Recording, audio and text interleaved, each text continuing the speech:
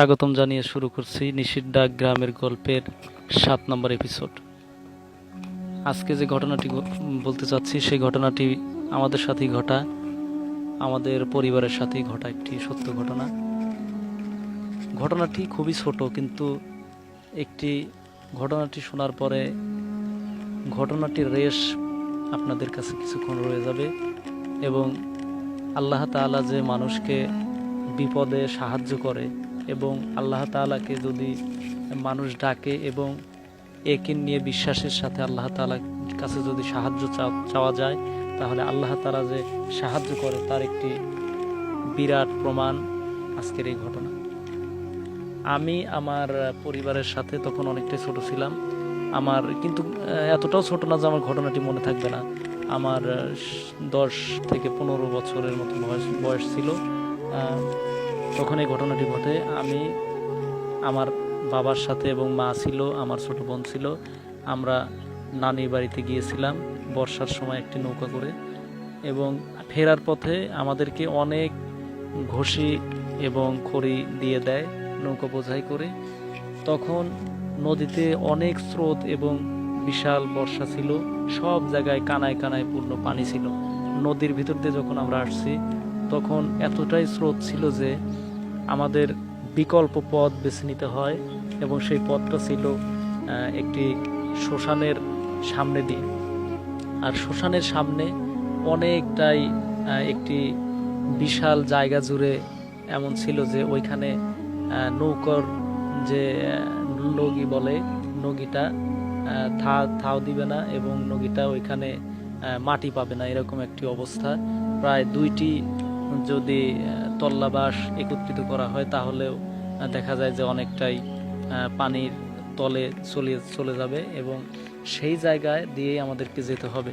তো ভয় পেলেও সেই জায়গায় দিয়ে আমরা আস্তে আস্তে যেতে থাকি, এবং গুড়ি গুড়ি বৃষ্টি তখন নামে, এবং আব্বা আমাদের নৌকাটা বাইতেছিলেন। নৌকাটি বাইতে বাইতে যখন ওই শ্মশানের সামনে এসে উপস্থিত হয়, সেই জায়গায় অনেকটাই বিশাল একটি জায়গা জুড়ে, আমি আগেই বলেছি, অনেক দোপা ছিল, অনেক গর্ত ছিল, অনেক পানি, অথই জল সেই জায়গায় ছিল।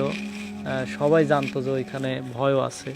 তো আমরা ওইখানে আল্লাহ আল্লাহ করতে করতে যখন আসি, এমন একটি জায়গায় আমাদের নৌকাটি স্টিল দাঁড়িয়ে যায়, যে জায়গাটা একেবারেই শ্মশানের নিকটবর্তী, কিন্তু আশেপাশে নগী যে ঠাঁই দিবে সেইটার কোনো ওয়ে ছিল না।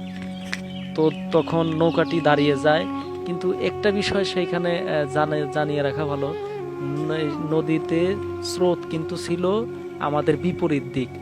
নৌকো যদি আমরা বাদ দিই, নৌকা ঠেলা বাদ দিই, তাহলে কিন্তু নৌকাটা পিছনের দিকে চলে যাওয়ার কথা, কিন্তু নৌকাটি পিছনেও যায় না, সামনেও যায় না, নৌকাটি একেবারে স্টিল দাঁড়িয়ে আছে, নৌকাটি একটু নড়াচড়া করে না।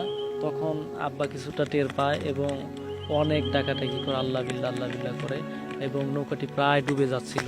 আমি তখন বুঝতেছিলাম যে নৌকাটা প্রায় ডুবে যাচ্ছে। তখন আব্বা অনেকবার চেষ্টা করে নগি ফেলে, কিন্তু নগি কোনোভাবেই ঠাঁই দেয় না। যখন আল্লাহর কাছে অনেক কাকিতু মিনতি করে, যখন আল্লাহ বিল্লাহ করতে করতে হঠাৎ করে বিসমিল্লাহ বলে যখন আব্বা নগিটা ফেলে, তখন একেবারে নগিটা এমনভাবে পড়ে যে পাথরের উপরে নগি পড়লে যেরকম একটা শব্দ হয়, খট্টস করে একটি শব্দ হয়, এবং আব্বা সেই শব্দটা শুনতেও পায়, অনুভব করতে পারে, এরকম একটি জোরে আওয়াজ হয়, জোরালো আওয়াজ। এবং যেখানে কিনা নগিটা ঠাঁই তো দিচ্ছিলই না, নগিটা তলিয়ে গিয়েও অনেক পানি, মনে হচ্ছে যে 2-3টা নগি এক জায়গায় করলেও সেই জায়গায় ঠাঁই দিবে না, সেই জায়গায় নগিটা ফেলে এবং নগির অর্ধ অংশ পানির ভিতরে তলিয়ে যায় না। সেই জায়গায় আব্বা শক্ত একটি জায়গা অনুভব করে। আব্বা তখন বিসমিল্লাহ বলে সেইখানে একটা জোরে একটা ঠেলা দেয়, এরপরে নৌকাটা সেখান থেকে বেরিয়ে আসে। সেইখানে আমরা অনেক বড় একটি বিপদের সম্মুখীন হতে যাচ্ছিলাম। যদি সেই দিন আল্লাহ তাআলা আমাদেরকে সাহায্য না করতেন, তাহলে হয়তোবা আমরা সে জায়গায় তলিয়ে যেতাম, অনেক বড় বিপদ হতে পারত। সেই জন্য আল্লাহ তাআলার কাছে যদি আমরা সাহায্য চাই, আল্লাহ তাআলার কাছে যদি আমরা আশ্রয় প্রার্থনা করি এবং বিশ্বাসের সাথে আল্লাহ তাআলাকে যদি ডাকা যায়, তাহলে আল্লাহ তাআলা অবশ্যই আমাদের ডাকে সাড়া দেয়। আল্লাহ তাআলার কাছে আমরা যখন বিপদে আপদে মুসিবতে পড়ব, তখন আমরা আল্লাহর কাছে সাহায্য চাইব, আল্লাহ তাআলা অবশ্যই আমাদেরকে সাহায্য করবেন। সেই বিষয়টা যদি হয় ভৌতিক, তবুও আল্লাহ তাআলার কাছে সাহায্য চাইব।